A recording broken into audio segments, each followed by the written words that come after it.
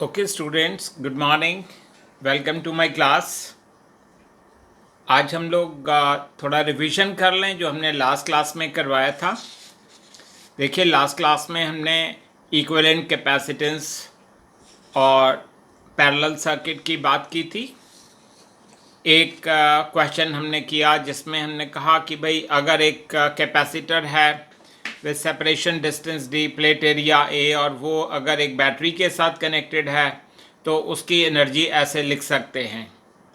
फिर इस क्वेश्चन में था कि अगर ये सेपरेशन डिस्टेंस को कम कर दिया जाए बाय 10%, मतलब जो इफ़ेक्टिव डिस्टेंस है वो 90% रह जाए, 0.90 डी हो जाए, तब we wrote the formula for the capacitance.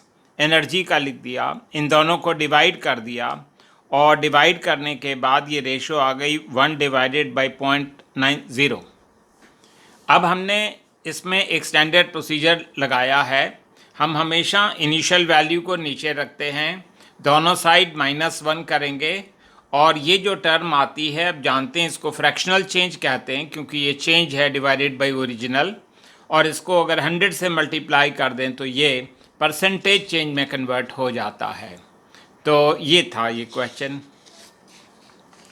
ये जो सेकंड था ये बड़ा ही इम्पॉर्टेंट है, ये एनर्जी डेंसिटी का है। आप जानते हैं कि जो इलेक्ट्रिकल फील्ड है बिटवीन द प्लेट्स उसका ये फॉर्मूला होता, यहाँ से Q की वैल्यू लिखते हैं, कैपेसिटेंस का फार्मूला लिखते हैं, और volume between the two plates भी लिखते हैं।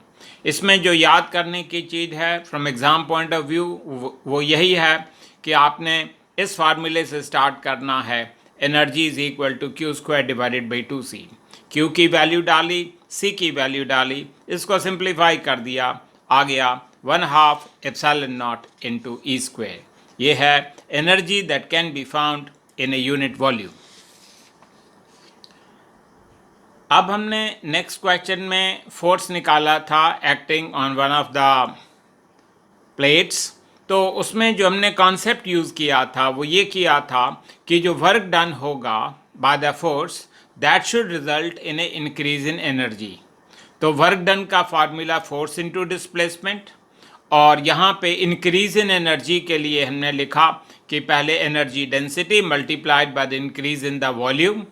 ये डेल्टा एक्स कट गया दोनों तरफ से, और उसके बाद हमने ये जो E² था इसको E इंटू ई लिखा, एक E को वैसे ही रहने दिया, और एक E की वैल्यू ये डाल दी, ये सिंप्लीफाई हो गया, और ये आ गया E/2 इंटू Q। मतलब ये E/2 का हमने मीनिंग भी अंडरस्टैंड किया था। इसका मतलब है एवरेज इलेक्ट्रिकल फील्ड। फिर हमने इक्विवेलेंट कैपेसिटेंस निकाला जब capacitors are in series. Important बात यही थी कि चार्ज यहाँ पे वहाँ पे सब जगह कांस्टेंट होता है, और दूसरी चीज़ लर्न की जो टोटल वोल्टेज है वो होगा equal to sum of the voltage here and here. ये बड़ा इंपॉर्टेंट पॉइंट है। अब हमने वोल्टेज को का फार्मूला Q/C जो होता है उसको 3 बार लगाया, और ये पता लगा कि इक्विवेलेंट कैपेसिटेंस हो जाता है 1/C equivalent is 1/C1 + 1/C2। इसी फार्मूले को अगर हम सिंप्लीफाई करते आप जानते हैं तो आता प्रोडक्ट C इक्विवेलेंट आता सीरीज में, product of the two divided by sum of the to.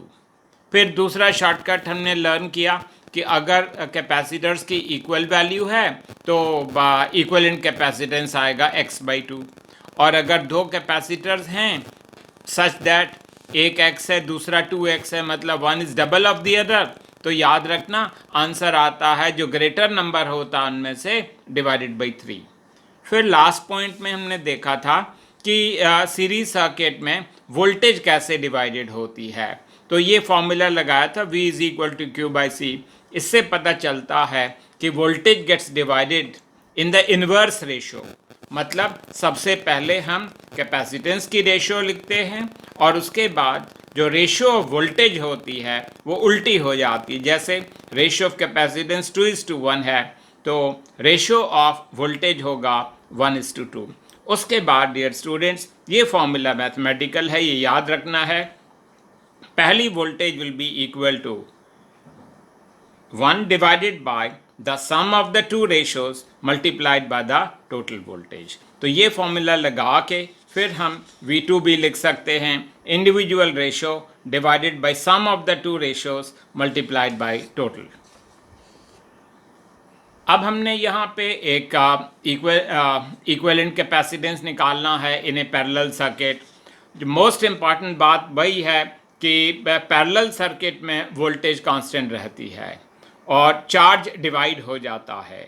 तो जो टोटल चार्ज है वो Q1 प्लस Q2 होगा एंड चार्ज होता है C इंटू V। वो फॉर्मूला 3 बार लगाया और ये पता लगा कि पैरेलल में C इक्विवेलेंट होता C1 प्लस C2। फिर हमने कुछ शॉर्टकट्स देखे तो उसको टू अवॉइड कन्फ्यूजन तो हम उसको एक सेंटेंस में याद कर लेते हैं कि जब capacitors are connected in parallel they simply get added.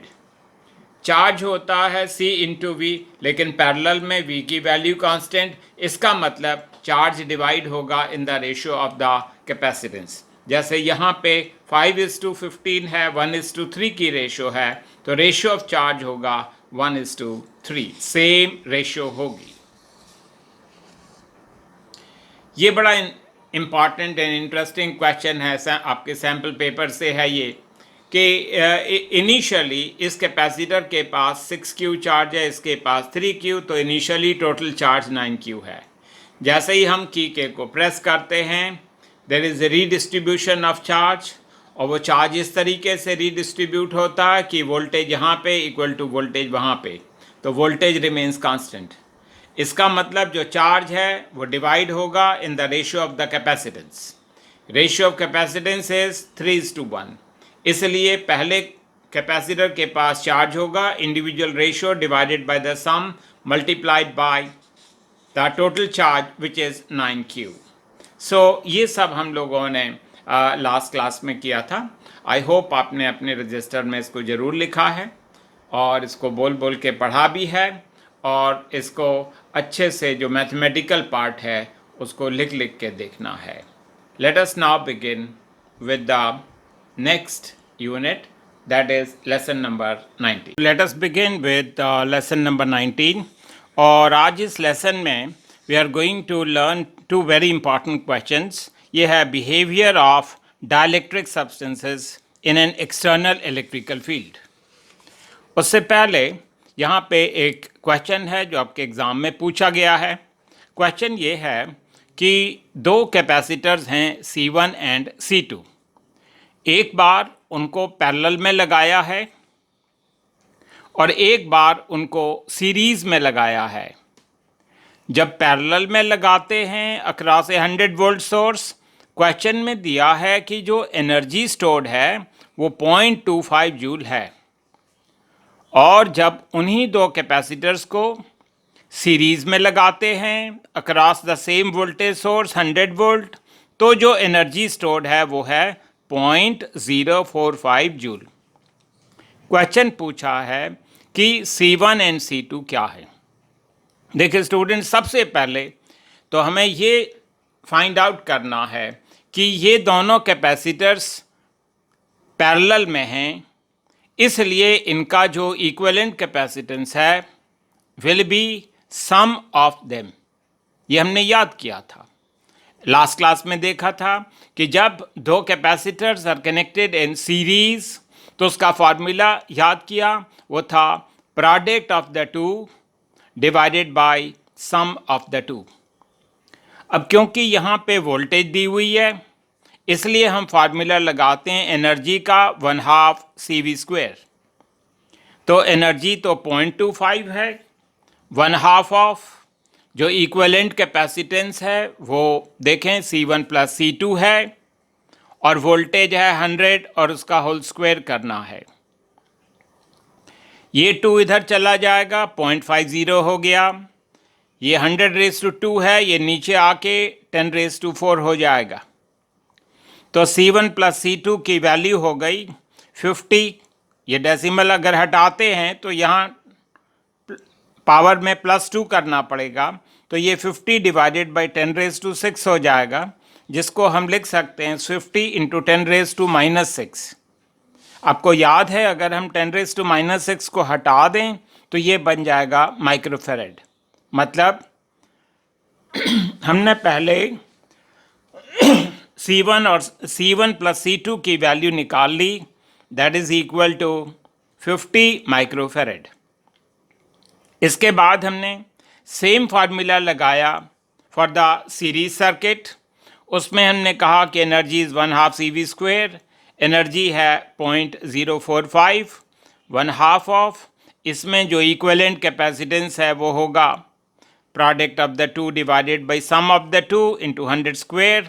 वो जैसे यहाँ किया था ये भी नीचे आ जाएगा और ये बन जाएगा 90 इंटू 10⁻⁻⁶।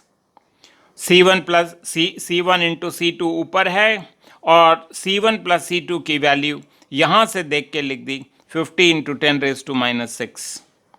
ये टर्म इधर चली जाएगी और C1 इंटू C2 की वैल्यू आ जाएगी, ये 450 हो जाएगा मल्टीप्लाई करने के बाद, और ये होगा 10⁻⁻⁶ इंटू 10⁻⁻⁶। आप स्टूडेंट देखें, एक 10⁻⁻⁶ से माइक्रोफेरेड, एक बार और करोगे तो माइक्रोफेरेड स्क्वायर।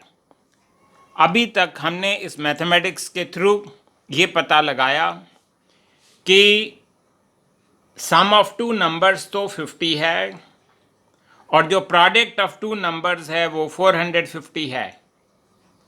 अब ये हमारी मैथमेटिकल स्किल्स पे डिपेंड करता है कि हम C1 और C2 की वैल्यू कैसे निकालें। I am telling you the easiest way. जब भी आपको सम ऑफ टू नंबर्स का पता हो, प्रोडक्ट ऑफ टू नंबर्स का पता हो, तो हमको सबसे पहले डिफरेंस ऑफ टू नंबर्स निकालने की कोशिश करनी चाहिए। मतलब C1 माइनस C2 लिखते हैं, उसका whole square will be C1 plus C2 का होल स्क्वायर, लेकिन माइनस करना पड़ेगा 4 times of C1 C2। C1 plus C2 की वैल्यू 50 थी, C1 इंटू C2 की वैल्यू 450 थी, वो लगा दिया, ये वैल्यू 700 आ गई और इसका अंडर रूट जब लेंगे तो रफली वो 26 के करीब होगा। इससे ये पता चला कि C1 प्लस C2 तो 50 है, C1 माइनस C2 26 है, हमने इसको ऐड कर दिया, C1 की वैल्यू निकाल ली। अब C1 प्लस C2 50 है तो C2 की वैल्यू विल बी 12 माइक्रोफेरेड।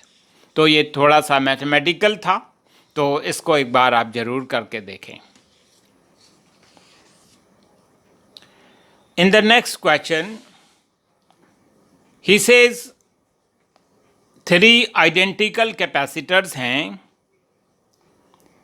पहले केस में जब उस कैपेसिटर को वोल्टेज V के साथ लगाते हैं तो उसमें चार्ज 360 माइक्रोकूलम होता है। जब हम वोल्टेज को V माइनस 120 कर देते हैं तो चार्ज बन जाता है 120 माइक्रोकूलम। क्वेश्चन में ये पूछा है कि अगर वोल्टेज को V प्लस 120 कर दिया जाए तो इसमें चार्ज कितना होगा। तो हम स्टार्ट करते हैं with the formula, golden formula. तो Q की वैल्यू होती C इंटू V, तो Q1 will be C into V। तो C इंटू V की वैल्यू दी हुई है 360 माइक्रोकूलम। सेकेंड केस में भी सेम फार्मूला लगाया कि charge is equal to C into नया वोल्टेज V माइनस 120, ये मल्टीप्लाई कर लें, C इंटू V हो गया माइनस C इंटू 120 हो गया। उसके बाद देखें आप कि हमने C इंटू 120 इधर ले गए तो ये CV अपनी जगह है माइनस 120, CV तो 360 था वो लिख दिया, माइनस 120 ये आ गया 240। अब हमें C इंटू V की वैल्यू पता है और C इंटू 120 की वैल्यू भी पता है। थर्ड केस में हम वही फार्मूला फिर से लगाते हैं कि Q3 will be equal to C into V, तो ये हो गया C into V plus C multiplied by 120, C into V की वैल्यू डाल दी और C इंटू 120 की वैल्यू यहाँ से डाल दी, उससे ये आंसर आ गया 600 माइक्रोकूलम। तो ये इतना आसान था, एक ही फार्मूला लग रहा था बार बार, that charge is equal to C into V। Okay, let's start with the next question. ये है when a conductor is placed in an external electrical field।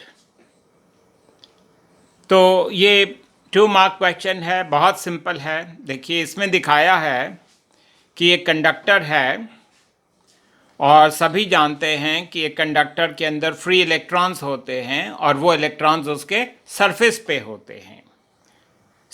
यहाँ पे जो फ्री इलेक्ट्रॉन्स हैं वो सरफेस पे दिखाए हैं डिस्ट्रीब्यूटेड इवनली। जब हम एक एक्सटर्नल इलेक्ट्रिकल फील्ड अप्लाई करते हैं जैसे यहाँ दिखाया, तो फिर ये जो इलेक्ट्रॉन्स थे इन पे फोर्स लगने लगता है।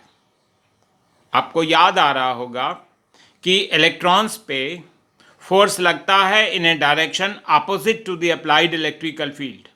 तो ये जो इलेक्ट्रॉन सरफेस पे हैं इन पे फोर्स लगता है और ये फोर्स टू द राइट लग रहा है, तो इलेक्ट्रॉन्स जाके यहाँ इकट्ठा हो जाते हैं। अगर एक एंड नेगेटिवली चार्ज हो जाएगा तो दूसरा and will become positively charge. तो आप जानते हैं कि एक्यूमुलेशन ऑफ चार्जेस की वजह से एक इलेक्ट्रिकल फील्ड होगी, ई डैश होगी। डायरेक्शन का कहाँ से कहाँ, पॉजिटिव टू नेगेटिव। तो धीरे धीरे पहले ये इलेक्ट्रिकल फील्ड कम होती है, लेकिन जैसे जैसे ये इलेक्ट्रॉन्स राइट में इकट्ठा होते रहते हैं वैसे वैसे ये इलेक्ट्रिकल फील्ड इंक्रीज होती रहती है। और एक समय ऐसा आता है कि जब ये जो इलेक्ट्रिकल फील्ड है ये एक्सटर्नल इलेक्ट्रिकल फील्ड को बैलेंस कर देती है, ताकि जो नेट इलेक्ट्रिकल फील्ड है वो ज़ीरो हो जाए। तो देखिए स्टूडेंट्स, यहाँ लिखा है as the charge keep on increasing, ये वाले charge keep on increasing, the induced electrical field will what, increase until it balances the applied field. Therefore, the net electrical field inside the conductor will become zero. अब हम देख रहे हैं कि what are dielectric substances। देखिए dielectric substances वो insulators होते हैं which allow electrical field to pass through them। तो जैसे पेपर है, माइका है, वैक्स है, वाटर है, ये सब क्या हैं, डाइलेक्ट्रिक सब्सटेंसेस हैं। तो 2 तरह के डाइलेक्ट्रिक सब्सटेंस होते हैं, एक को हम कहते हैं पोलर सब्सटेंसेस और एक कहते हैं नॉन पोलर डाइलेक्ट्रिक्स। जो पोलर डाइलेक्ट्रिक्स हैं उसमें मॉलिक्यूल्स एसिमेट्रिक होते हैं, मतलब उसके अंदर जो centre of mass of the positive charge है वो कोइंसाइड नहीं कर पाता with the centre of mass of the negative charge. मतलब ये समझ लें कि जो centre of mass of the positive charge है न्यूक्लियस पे, वो कोइंसाइड नहीं हो पाता एसिमेट्रिकल शेप की वजह से with the centre of mass of the negative charge. तो नेगेटिव और positive charge separated by some distance they form a dipole. मतलब ये कि पोलर डाइलेक्ट्रिक के अंदर पहले से ही डाइपोल्स होते हैं। Now we talk about non polar dielectric. ये ज़्यादातर सिमेट्रिकल मॉलिक्यूल्स होते हैं।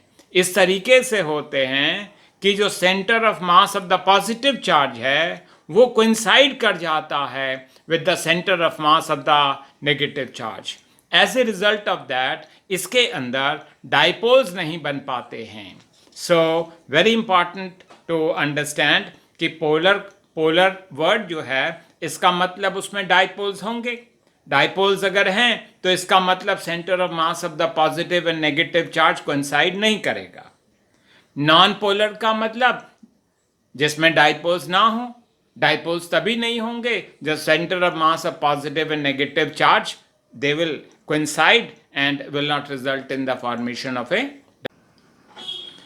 अब let us learn कि जब non polar dielectrics are placed in external electrical field तब क्या होता है।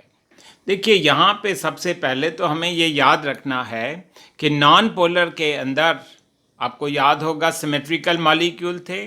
Centre of mass of positive and negative charge क्या थे, देवर कोइंसाइडिंग, इसलिए डाइपोल मोमेंट की वैल्यू क्या थी, 0।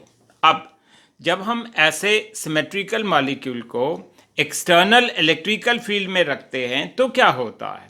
देखिए, हमें पता है कि पॉजिटिव चार्ज पे फोर्स लगता है in the direction of the electrical field और नेगेटिव चार्ज पे फोर्स लगता है in a direction opposite to the electrical field. आप ये समझ लें कि ये एक तरह का स्फेरिकल बैलून है। अब उसमें पॉजिटिव चार्जेस नीचे की तरफ खींच रहे हैं और नेगेटिव चार्जेस ऊपर की तरफ खींच रहे हैं, तो उससे जो शेप ऑफ द मॉलिक्यूल है वो डिस्टॉर्ट हो रही है और उसकी वजह से centre of mass of negative and positive charges अब कोइंसाइड नहीं कर रहे। As a result of that उसमें डाइपोल्स आर इंड्यूस्ड। तो एज ए 1 मार्क क्वेश्चन पूछा जाता कि भाई अगर नॉन पोलर डाइलेक्ट्रिक को इलेक्ट्रिकल फील्ड में रख दें तो क्या होगा, तो हम कहेंगे dipoles will be induced in it.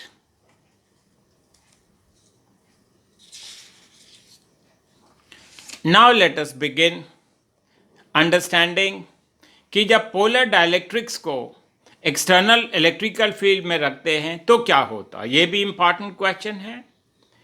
देखिए, पोलर डाइलेक्ट्रिक वो होते हैं जिसमें पहले से डाइपोल्स होते हैं।